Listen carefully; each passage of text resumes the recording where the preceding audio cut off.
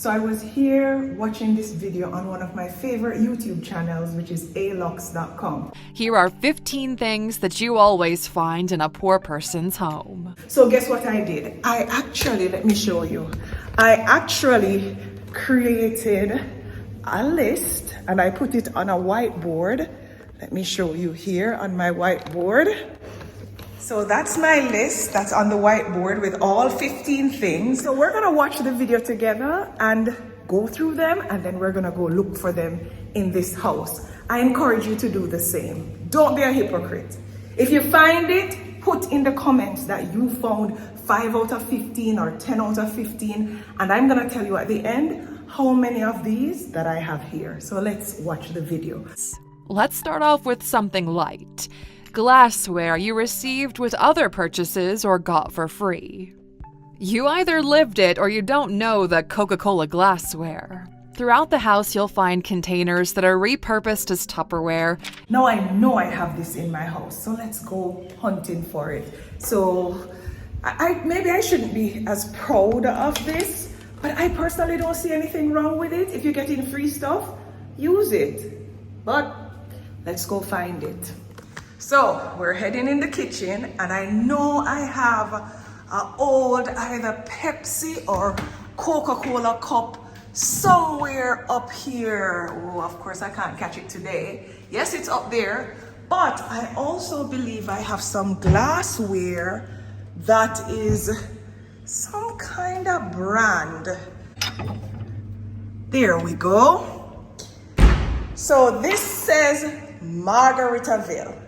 And we got this, well, I can't remember the occasion, but I'm positive it was free. Here's another one. I don't think this one though, I think was a wedding souvenir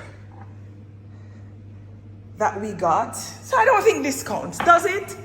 I don't think so. I think I remember where I put them. They're at the bar in the entertainment area. Let's go check it out. I think they're at this bar. Look at this. This says something about, let me go into the light and see what it says here. Groundbreaking Portmore Informatics Park. But it's glassware. Hear that? We definitely have it. So we're gonna check that one off. Let's head back to the video. If you open up this bad boy, you've got less than a 5% chance of seeing actual cookies, but over 80% chance of finding nails, sewing materials, or batteries. Guys, you see that cookie tin? How many of you have a cookie tin in your house that doesn't have cookies in it? Admit it in the comments. In the kitchen drawer, absolutely no sauce packet is ever thrown out. You never know when you might need it. We've even heard of a restaurant napkin pile for emergencies. Triggered yet? All right, let's keep going. Let me show you. Now, ours is not in a cookie container, but you see those ketchup condiment bags and the forks that we get when we go to different restaurants, and of course there's straws in there as well. I have to check this one off because even if it's a few packets, we're hoarding condiments or stuff we got from a store to reuse them so we can save money. So we're gonna check it off on our whiteboard. A warm spot. Room heaters are a common thing. When you're poor, the heating doesn't work throughout the entire house, so you have a mobile heater plugged into the room you're going to be spending most of your time in. Thermostats are for the rich and middle class. Most of the time, you'll find wet socks or towels on a heat element. You're laughing because you know this is true. In the summer, it's replaced by a plastic fan that constantly makes a weird noise, but you've learned to live with it. I'm gonna skip this one, Alux, but if you have a warm spot in your home and you live at a place where it's oftentimes winter, you need to check this one. Knockoffs or generic products.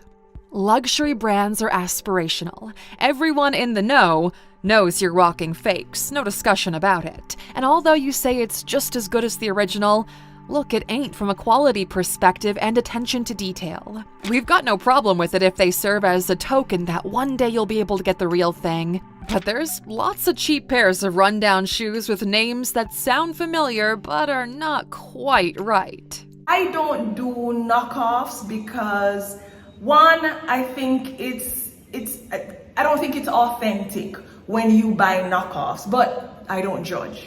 Every man to themselves. If that's your thing, it's your thing. Alux is saying though, if you're buying knockoffs, it's a sign, or if you have knockoff items in your house, it's probably a sign that you're poor. So I don't do knockoffs, and I will invest in good handbags and good shoes. But here's the thing, I don't do knockoffs for clothes, but I go dirt cheap. Let's go along and let me show you.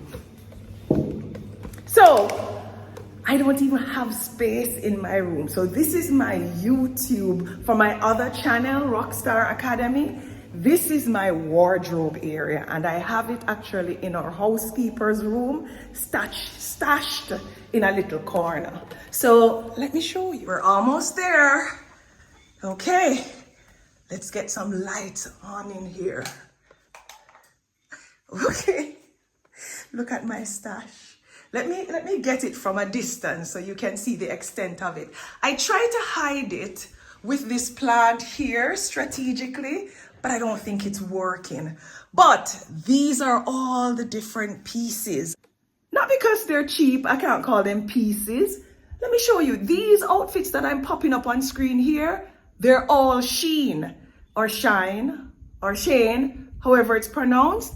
And that's my stack right there. All the pieces on this rack, which is probably about 50 different pieces. Yeah, I think it's about 50 pieces. I don't think they cost more than $500. It's probably less, because if it's over $10, I'm not buying it, okay? So I don't go knockoff, I just go dirt cheap. The sauce packets, you saw those. Mobile room heaters, I don't think so. And generic knockoff products, I'm gonna check that, not because of the knockoff, but because of the cheap. Poor people prioritize the volume over quality, which is why everything is crammed.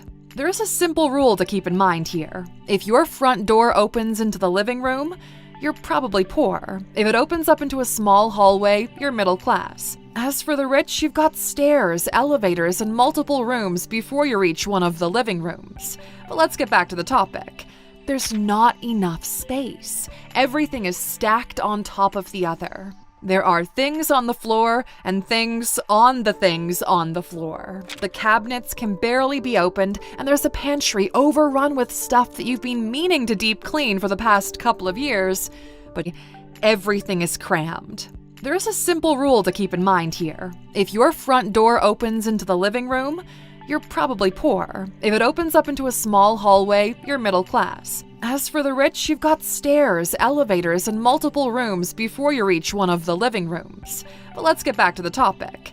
There's not enough space. Everything is stacked on top of the other. There are things on the floor and things on the floor. The cabinets can barely be opened, and there's a pantry overrun with stuff that you've been meaning to deep clean for the past couple of years, but just haven't. So this one is more hoarding. You have cramped spaces in your home, or you try to pack everything in, because what Alux is saying is that poor people put quantity over quality. No, I beg to differ, because even growing up poor, yes, okay, I take it back. Because we had the vase, we had the figurine, we have the whole furniture filled with things. And let me show you something. Almost everyone who has come to our house has asked, what's all this space for? I don't like clutter. Maybe because I have OCD. And even when I didn't have a lot, I still wanted things as light as possible or as minimalistic as possible. So I'm not gonna check that one, but check in your house. Is there a lot of clutter? God, I'm hot. Let's get some breeze going here.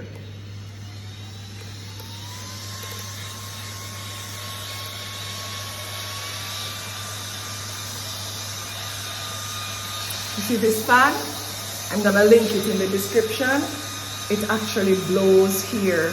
It's ideal for those who are menopausal or in pre-menopause state like myself. So I'm looking out for you. I'm gonna link it in the description because listen, it's a lifesaver for those of us who need our own internal cooling system for the heat waves that's going through our bodies because of pre-menopause, because we're in our late 40s or early 50s. Let's keep going. A poster of a former big goal.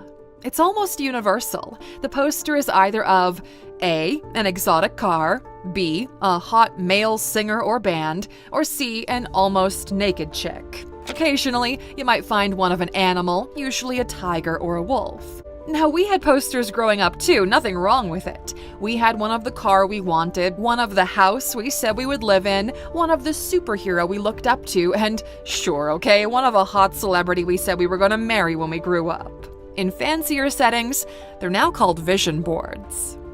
Let's go find it. By the way, before I started this video, because I know it was going to be like a treasure hunt, I put on my watch and I'm tracking my calories. So this is a 2-in-1. I'm definitely not exercising today because my hope is with going up these stairs and going down them, I'll burn about 500 calories. I'll tell you at the end if I remember.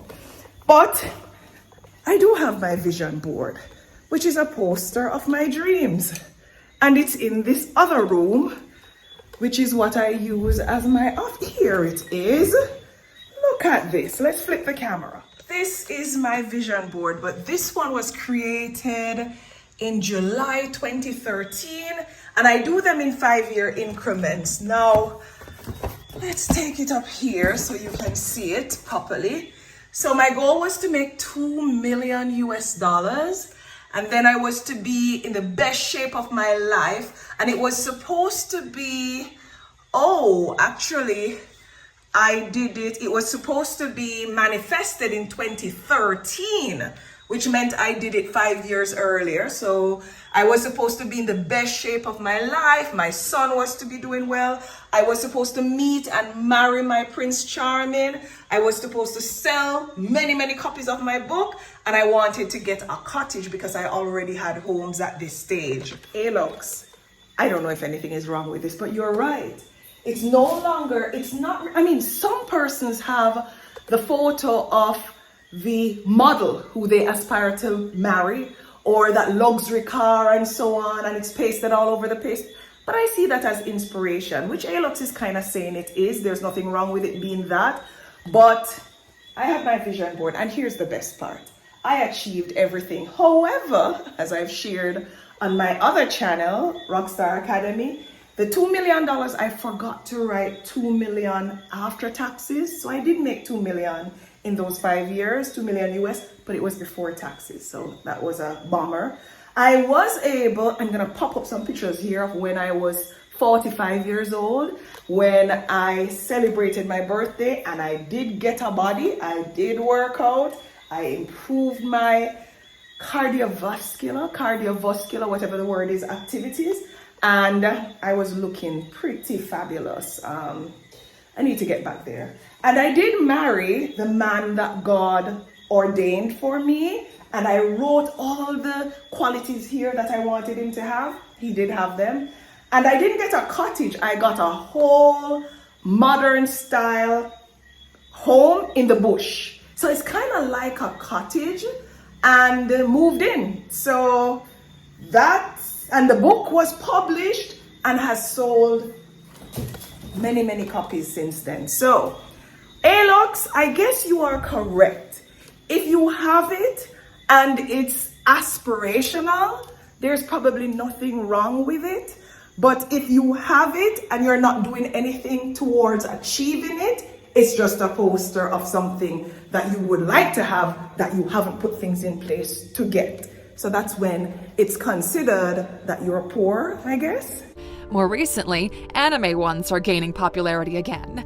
Yes, we're talking about you, waifu lords. You know, as they're here talking about magazine pictures and anime, the board in our house had gotten so bad, and obviously we didn't have money to paint it. What one of my uncles did was he got old magazines and he created a mixture of flour and water, which if you don't know, works as glue to an extent.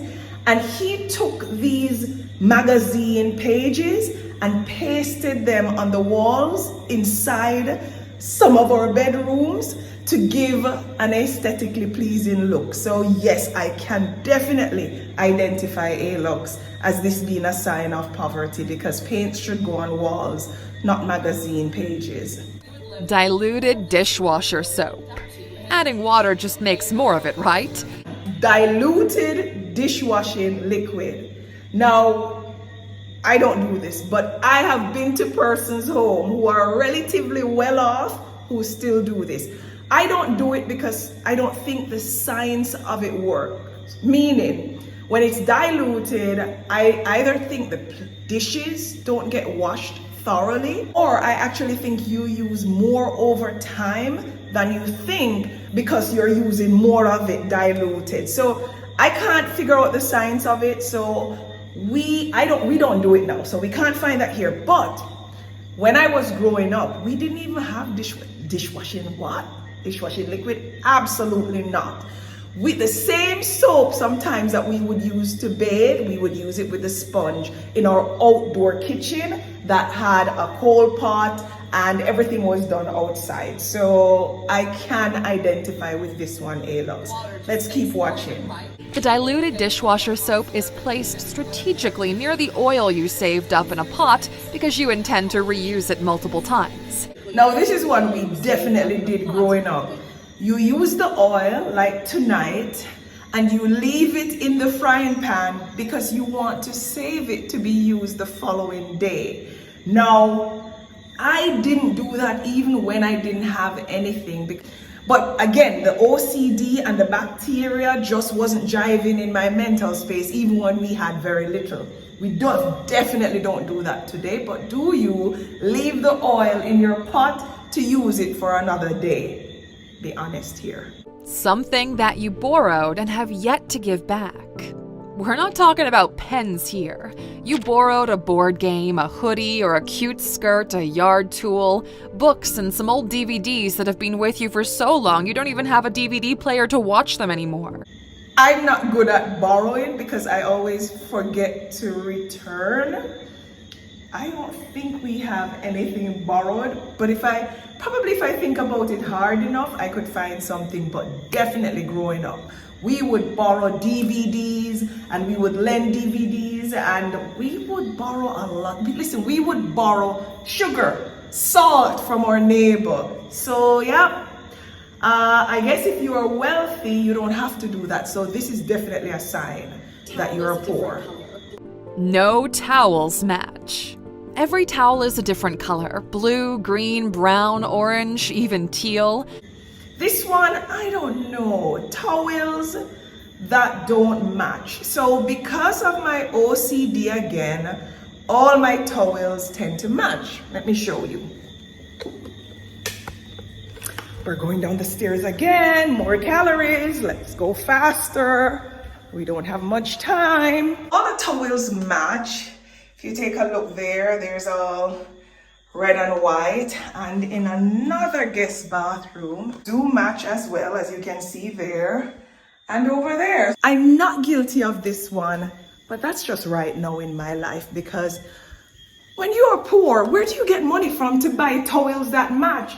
You're barely able to buy 2 towels to use in your entire household. So Alux is right on point with this one. Now let's do some check-ins on our board to see how we're scoring.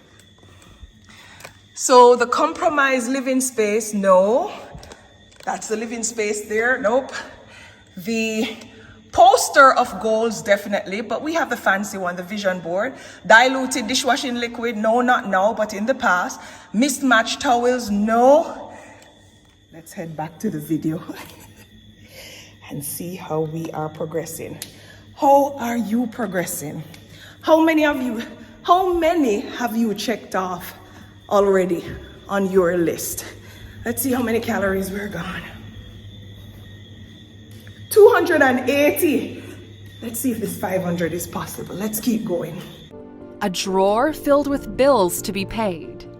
Whenever a bill comes in, it goes into a specific drawer. And no, it's not the one with all the pills. No, the other one.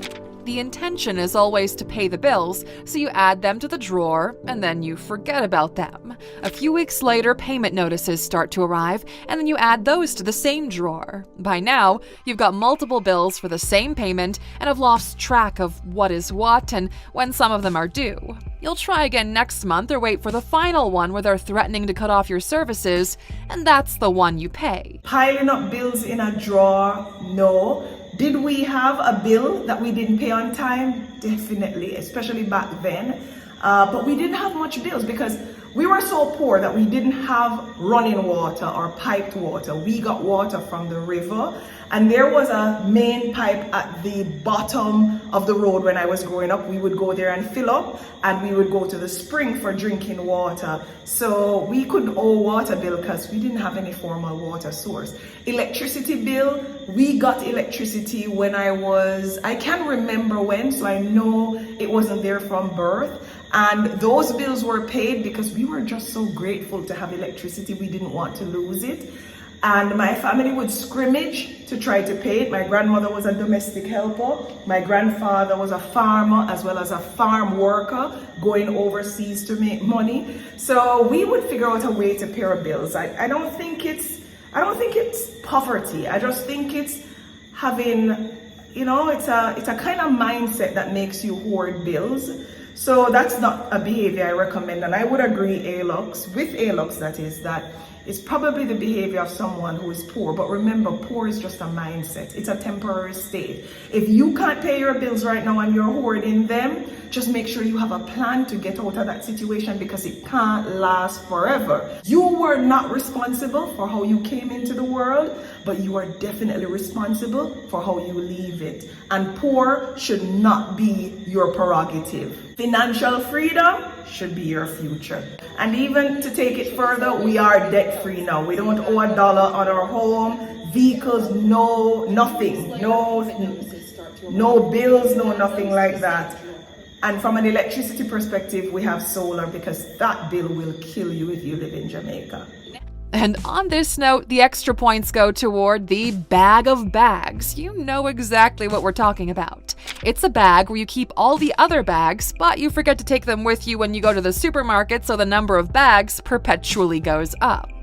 You know you're poor when you've saved up what you consider the good bags. They're different from the ones you're comfortable using as trash bags. This one is if you have in your house a bag where you keep other bags for reuse, then you're considered poor. So we're definitely poor. Because I don't just have a bag with bags, I have a whole drawer with bags. And I also have another space with bags. But let me show you the closest one, which is in our kitchen. Let's take a look. So this is the drawer right here. You see that, guys? This is one bag, two bags. So basically I get bags with either gifts or wine because we entertain quite a bit at home. This one was wine. And because I don't want to buy these bags when I have a gift to give, that is, I keep a drawer full of bags. So I don't have bags in bags, but I have a drawer filled with bags. And if we go into our washroom, which we're not gonna go there right now because I'm kind of tired, but if we were to go there, you're gonna see a whole section filled with reusable bags. Roommates or extended family members. You've got relatives living with you. Initially, it was supposed to be temporary, but they're figuring some things out, so they'll stay with you until they get back on their feet. Roommates help with the rent after all. They're kind of weird, but hey, so is everyone, am I right? Is this poor or am I family oriented? Do you have roommates that don't want to leave or family members who are always trying to figure things out? If you do, you can check that off here. We don't right now in our household. It's just a few of us, but I don't know if this is a sign of being poor. Tell me in the comments. Occasionally, there are people you don't know in your house. Someone brought them over. They may or may not be eating your food or staying the night. You're kinda used to it by now. That definitely happened in another house that, I have where my family still lives, where I'll see people like I'm there. I was there on Sunday, a few days ago, and I saw someone walking and I had no idea who they were. Branded clothing or swag from former workplaces. Of course, you're still rocking it around the house despite no longer working there. Some of you still have the most basic t-shirts you got over a decade ago.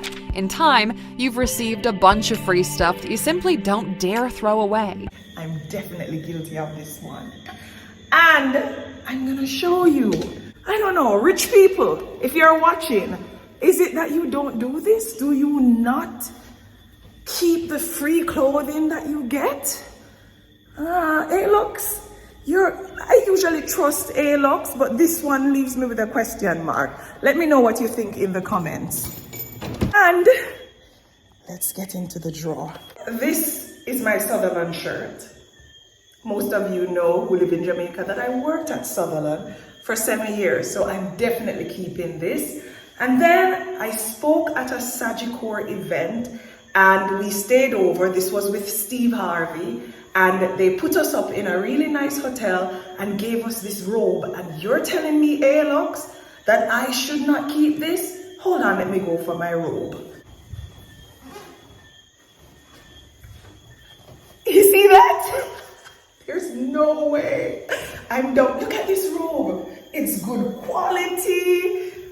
No, A-Lux, no, I can't. I'm not inclined to agree with this one. But rich people, you tell me, do you dump old work stuff or company things that have their brands on it? Drawers of unpaid bills? Hell no. Bags in bags? This probably needs 2 ticks because we have a whole drawer. Living with people? Not now, but we did it in the past. Swag from former workplace? Definitely a yes. Unfinished renovations and mold. Some construction was required and it never went back to the way it used to be. Now you've got a bunch of exposed brick you're trying to pass off as industrial style.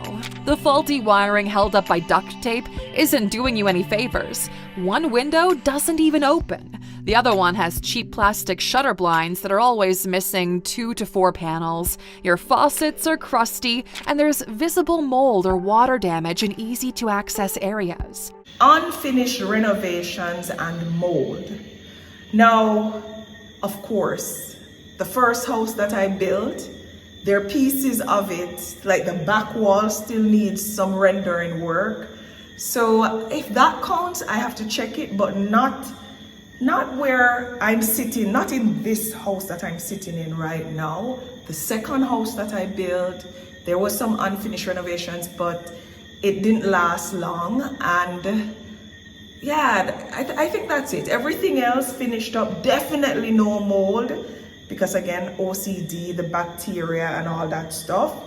And because I'm a homebody and I like to be in a beautiful place and a tranquil place, I don't like incompleteness. And thank God, He has blessed me in a way that we can afford to finish things when we start them. But I don't know, I guess it's the mindset, because if you have goals to finish it, then great. But if you're just looking at it for the rest of your life and you're comfortable with it, then that's definitely a sign of poverty or that you're poor. But the mold is very dangerous. So if that's you, you need to fix it. There's a trick to it kind of functionality. You know what we're talking about. You have to jiggle the handle a little bit to get it to work, kind of thing. The type of situation if something's not working properly, you fix it by slapping it. At least this generation transitioned that practice from humans to electronics. How many times have you had to knock the side of that TV? Well, many of you aren't old enough to have TVs that had sides that you could knock because you're all into flat screens, but we had to knock that side to get it to work, or jiggle that lock, or twist or turn something to get it to work properly. Guilty of that then, not quite. I can't think of anything off the top of my head why I would check that now, but check yourself. pets than you're supposed to have. You either have an oversized dog for the amount of space you live in, or you've got multiple cats that are breeding with one another. Sometimes it's both. You got accustomed to the smell of urine and fecal matter. Definitely not guilty of that. Not then, not now. I don't believe I should be cleaning up after any pets or any animals. So, well, I have a lot of fish, but no, that doesn't count because the price of one of those fish is the cost of my entire Shein wardrobe that I showed you earlier. So having a lot of them is not a sign of poverty, it's probably a sign of overspending. Anyway, do you have too many dogs or too big a dog for the space that you're living in, or too many cats or too many, not fish, birds, whatever it is? Are you guilty of this? Never to be thrown out furniture and folding chairs. Let's call it what it is. Somebody was moving, or you had the opportunity to pick up some furniture for free as long as you took care of the transport, so you did. Now your entire house is a mixture of furniture that doesn't fit. Because you've got no room, your primary table is pretty small. There are not enough chairs to sit everyone if they come over to visit. In your home, there are more folding chairs than actual chairs, and whenever you do have guests, you go through the entire house to bring all the chairs together. Your outside furniture features these beauties. At some point in our lives, we were all guilty of this. I'm sure you would agree. Now, again, I like everything to match, as you can see behind me there or over here, but we were all guilty of it. So I can't check it now, but I can see myself doing that even to this day, where if I get something that I like or I see something that I like, I'll pick it up and use it.